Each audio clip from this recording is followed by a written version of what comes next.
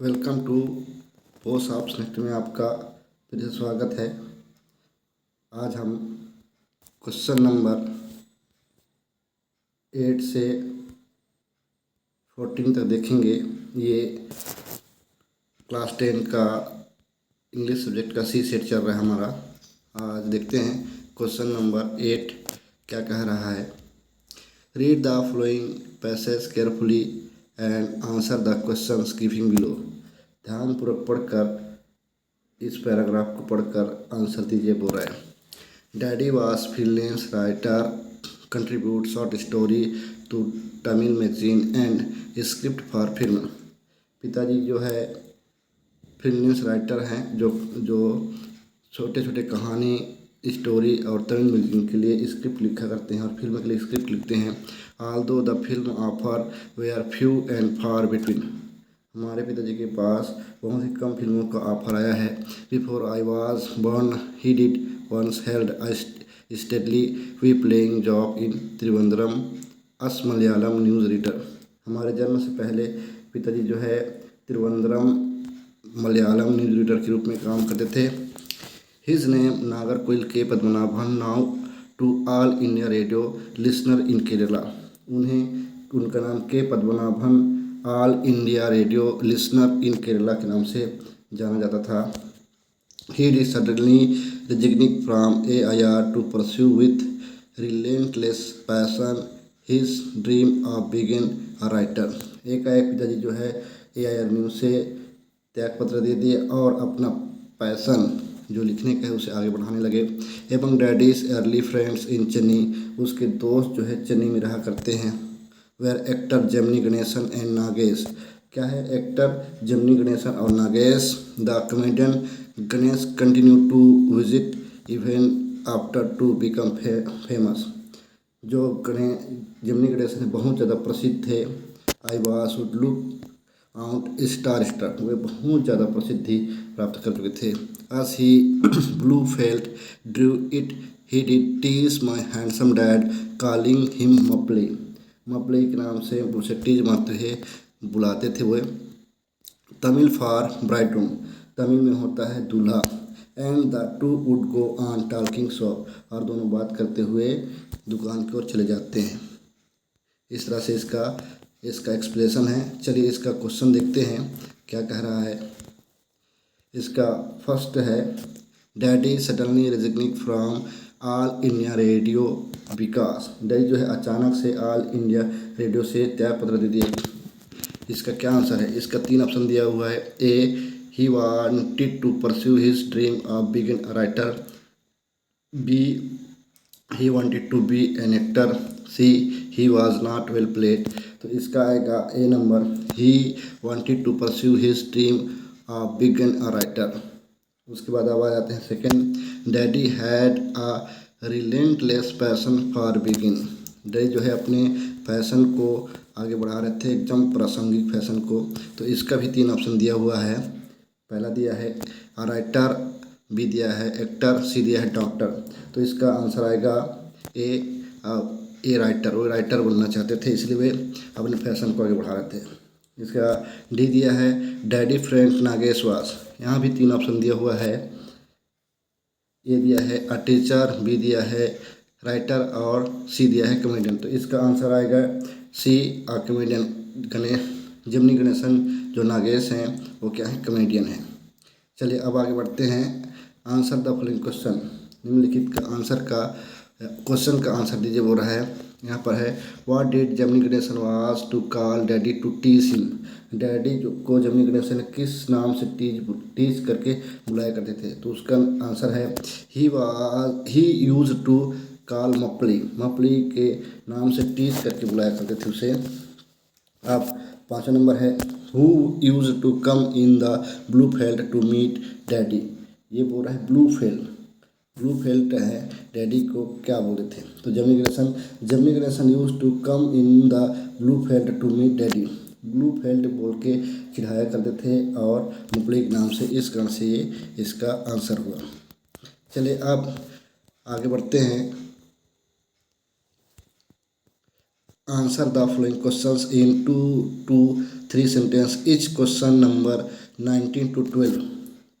ये answer number देना है 2 से 3 सब्जेक्ट में, ये 9 से 12 तक है। इसमें हर एक में 3 नंबर इसमें अंकित है। चलिए 9th नंबर देखते हैं। What difference do you notice between Akash and his friend.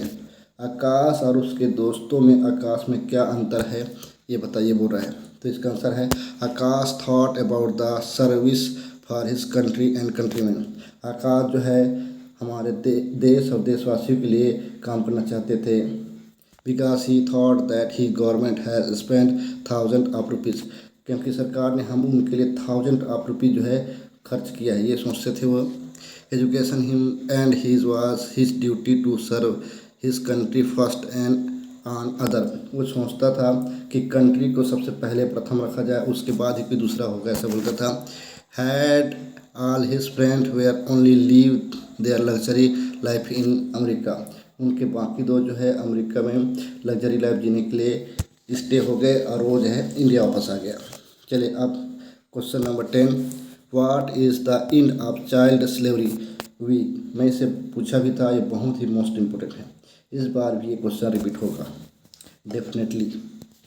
इसका आंसर है the India of child slavery week means to abolish the child slavery from the world and as it is an evil and crime against humanity. Child week मनाने का मतलब है जो बच्चों की गुलामी का दास्ता है उसे पूरी तरह से ख़त्म किया जाए। ये एक क्राइम के रूप में पूरे विश्व में देखा जाए, ये कह रहे हैं। It is a campaign to abolish child slavery. वो इसीलिए एक कैंपेन चला रहे हैं ताकि जितने ही गुलामी में फंसे हुए बच्चों के सबको क्या किया जाए, मुक्त किया जाए। ये कैलाश सदार्थी ये चाहते हैं। आगे question number 11। Why did aunt Jane refuse to leave down on the bed. Aunt Jane ने बेड में बैठने के लिए मना क्यों कर दिया। तो इसका आंसर है aunt Jane refuse to leave down on the bed because the bed did not belong Jack and Jill. क्योंकि वो बेड जो है जैक और जिल का नहीं था, इस कारण उसने उस बेड में बैठने के लिए, लीव डाउन होने के लिए मना कर दिया ऑन जैन ने। आगे 12 number. How did mister Robinson manage to get fresh coconut. Robinson ने किस तरह से फ्रेश नारियल को एकत्र किया, ये कह रहा है। तो इसका आंसर है Robinson threw stone on monkey who were on the coconut tree. Robinson जो है मंकी को थ्रो करके उस कोकोनट वृक्ष को उसने स्टोन फेंका। The monkey copies it and they pick up the coconut and threw into them. और जो मंकी है उनके जो थ्रो कर रहे थे स्टोन, उसको कॉपी करके जो है शुद्ध कोकोनट को उनकी तरफ क्या करने लगे, फेंकने लगे। Those mister Robinson get the fresh coconut. इस कारण से रॉबिन्सन जो है फ्रेश कोकोनट वहाँ से प्राप्त कर लिया। चलिए आगे देखते हैं question number 13। Right a paragraph on health is wealth using the class giving below. ये हेल्थ इन वेल्थ के बारे में यहाँ पर क्लास दिया हुआ है। ये health is a great blessing, B a sick man is burden to society, C money can not buy the health, D importance of morning walk, E diet exercise and hygienic ensure good health. ये कह रहा है। ये तीनों set में repeat हुआ है, इस कारण से इसके आप बार बार वीडियो में देख रहे हैं। चलिए इसको हम आगे देख लेते हैं, इसका आंसर क्या है। आंसर है हेल्थ इज़ वेल्थ। हेल्थ ही सब कुछ है, कह रहा है। Health is a great blessing. Health जो है बहुत ही महत्वपूर्ण है। A sick man is one of the society. Sick man माने कमज़ोर व्यक्ति को सोसाइटी में कोई महत्व नहीं दिया जाता। Just think of the rich man who has ill health, he can not eat anything. अगर कोई रिच व्यक्ति या रिच पर्सन जो है बीमार हो जाता है तो अपने जो खान पान उसे बहुत ही सीमित तरीक़े से करता है। We should get up early breathing in fresh air. वह सुबह बहुत जल्दी उठता है और फ्रेश एयर लेता है, फ्रेश वायु लेता है। टेक प्रॉपर डाइट और सही तरीक़े से खान पान लेता है। टेक रेगुलर एक्सरसाइज और पर डे एक्सरसाइज करता है। एंड इंश्योर प्रॉपर हाइजीन और हाथों को धोकर खाना किस तरह से देख कर खाता है फॉर गुड हेल्थ। स्वास्थ्य के लिए बहुत ही महत्वपूर्ण होता है। We should have regular habit, go for morning walk, वे सुबह जो है मॉर्निंग वॉक पे जाते हैं। Do fast at least once a month, कम से कम वो एक मंथ इसे कंटिन्यू करते हैं। बिकॉज हेल्थ इज़ वेल्थ, क्योंकि स्वास्थ्य है तो सब कुछ है, ये कह रहा है। इसका अर्थ हमें दिया है, right a paragraph on importance of plants using the clause giving. Important of plant, पौधे ही बहुत ही महत्वपूर्ण है, कह रहा है। इसका क्लॉज दिया हुआ है, gift of nature, they give a shade flowers etc, they provided fuel and timber. D दिया है, trees are life of man. चलिए इसको देखते हैं, इसका क्या कहना है। इसका भी यहाँ पर आंसर बना के रखा हूँ। Answer, importance of plant, plant जो है बहुत ही महत्वपूर्ण होता है। Trees are gift of nature of humanity, वृक्ष जो है मानवता के लिए एक वरदान की तरह है।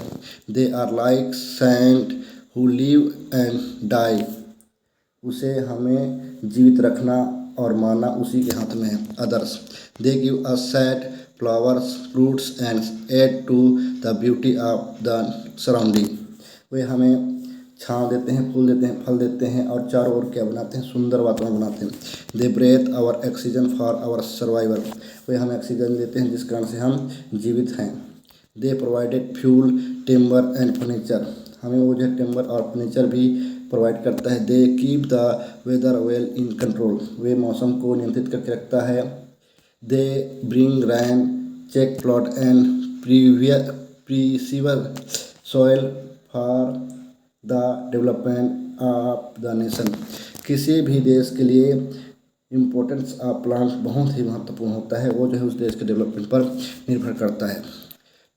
Trees have great importance, they hold civilization collapse if there are no tree, अगर हमारे पास वृक्ष नहीं रहेंगे तो सारे जो मानव जाति है वो क्या हो जाएगा, कोलैप्स खत्म हो जाएगा।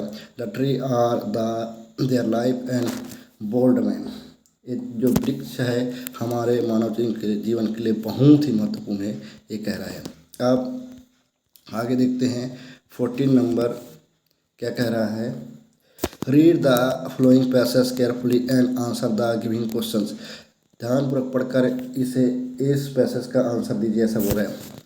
Forest in a important parts of civilization, forest जो है सिविलाइजेशन के लिए बहुत ही इम्पोर्टेंट है। They do not only form of considerable, ये बहुत ही कंसिडरेबल है एकदम से, portion of the national wealth of country, ये हमारे देश के लिए या हमारे जिसके भी देश के लिए बहुत ही महत्वपूर्ण होता है। But also play an importance roles in maintenance the environmental balance, ये जो हमारे वातावरण को शुद्ध बनाने में या बैलेंस करने में बहुत ही महत्वपूर्ण होता है। We often forget that a peace sensitive and well balanced coexistence of man-made civilization and giving flora and fauna in absolutely importance for human existence on earth, ये पूरे जो पृथ्वी है उसके लिए बहुत ही महत्वपूर्ण है और मानव के लिए बहुत ही महत्वपूर्ण है, और जनसंख्या के लिए और जीव जंतु के लिए तो ये बहुत ही इम्पोर्टेंट होता है। Deforestation for the urbanization project lead to destruction of part civilization such as Mohenjo-daro. Trees have an enormous impact in our climate. Tree के बिना हमारे जो वातावरण है उसके लिए बहुत ही प्रभावकारी होता है, बहुत ही विनाशकारी हो सकता है। The overall temperature of the plants increase, हमारा जो टेम्परेचर है, हमारा जो तापमान उसे भी नियंत्रण करके रखता है फॉरेस्ट। चलिए इसका क्वेश्चन दिया है पहला, विच इन अ इम्पोर्टेंस पार्ट ऑफ सिविलाइजेशन, किस कारण से सिविलाइजेशन के लिए इम्पोर्टेंट है फॉरेस्ट। तो forest is an importance part of civilization, उसके लिए एक भाग की तरह है, बहुत ही महत्वपूर्ण स्थान है। उसके बाद सेकंड दिया है, what importance role does the forest play, हमारे जीवन में क्या प्रभाव पड़ता है, क्या कितना महत्वपूर्ण है। Forest play an importance roles in maintenance the environmental balance, ये पर्यावरण को संतुलन बना के रखता है, ये कह रहा है। अब आगे question number 3, what do the forest from, जंगल हमारे लिए क्या करता है। Forest for the considerable portion of the national of country, जो हमारा राष्ट्र है उसको बनाने का काम जो है ये जंगल ही या फॉरेस्ट ही हमारा काम आता है। अगला जो है 4th number, what was the reason behind the decline of Mohenjodaro civilization, किस कारण से मोहनजोदारो में सिविलाइजेशन हुआ, किस कारण से? Deforestation for the urbanization project lead to destruction of part civilization such a Mohenjodaro, किसी कारण? पेड़ को काटने के कारण और अर्बनाइजेशन शहरीकरण के कारण ये क्या हुआ, डिस्ट्रैक्ट हुआ और सिविलाइजेशन बढ़ा, इस कारण से मोहनजोदारो में ये सारे चीज़ हुआ। आगे question number 5, choose the correct option, सही विकल्प को चुनकर आंसर दीजिए बोल रहे हैं। पहला दिया है trees have an enormous impact, tree जो हमारे लिए बहुत ही महत्वपूर्ण, बहुत ही विशाल तौर पर क्या करता है, प्रभाव करता है बोल रहा है। यहाँ पर 3 ऑप्शन दिया है, सिटीज, सिविलाइजेशन और क्लाइमेट। तो इसका आएगा क्लाइमेट, हमारे वातावरण के लिए पेड़ जो है बहुत ही महत्वपूर्ण होता है, ये कह रहा है। आगे अब इसका आ जाते हैं 2nd number, the increasing of the temperature of plants result in, किस कारण से हमारे तापमान जो है वृद्धि होता है, हमारे जो पर्यावरण में तापमान किस कारण से वृद्धि होता है। यहाँ पर भी 3 ऑप्शन दिया है, अफॉरेस्टेशन, डिफॉरेस्टेशन और अर्बनाइजेशन। तो इसका आएगा डिफॉरेस्टेशन के कारण ही हमारा जो है वातावरण में टेम्परेचर बढ़ता है। आगे 6 number, choose the word from the passage which main, इसे एक शब्द में आंसर देना है, सब हो रहा है choose the word from the passage which mean means. यहाँ पर they very big and very great, बड़ा और बहुत ही महत्वपूर्ण। तो क्या आएगा, इनमोरस, ये विशाल का है। प्लांट्स एंड एनिमल्स, पेड़ पौधे और जंतु, तो उसके लिए आएगा फ्लोरा एंड फाना, ये आता है उसके लिए फ्लोरा एंड फाना।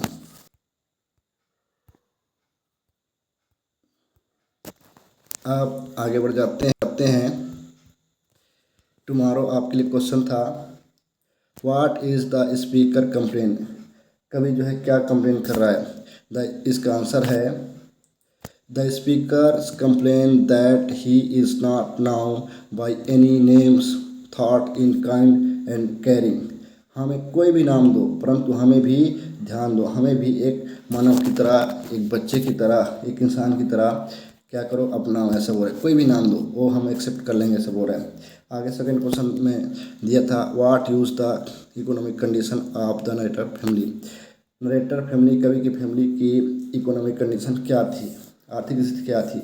तो इसका था the economic condition of narrator family was not good, जो कवि के जो आर्थिक स्थिति था वह जो है अच्छा नहीं था, गुड नहीं था।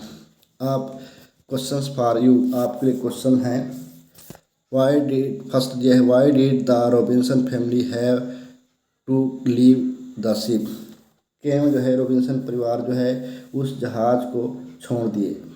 आगे 2nd क्वेश्चन है आपके लिए, what are the dreamful things that सुम्बा टॉकिंग अबाउट, अपने ड्रीम में क्या क्या चीज़ वो देखे उसके बारे में बताइए, ये कह रहा है। इन क्वेश्चनों का जवाब आप कमेंट सेक्शन में कमेंट करके दे सकते हैं।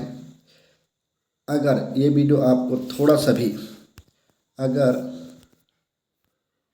ये वीडियो आपको थोड़ा सा भी इम्प्रूव करता है तो आप इसे लाइक और कमेंट करिए और सब्सक्राइब करिए, ताकि और बेल आइकन को प्रेस करके रखिए, ताकि ये जब वीडियो अपलोड हो तो आपको नोटिफिकेशन सबसे पहले प्राप्त हो। इसलिए इसे आप सब्सक्राइब करके और बेल आइकन को प्रेस करके रखिए। Thank you for watching.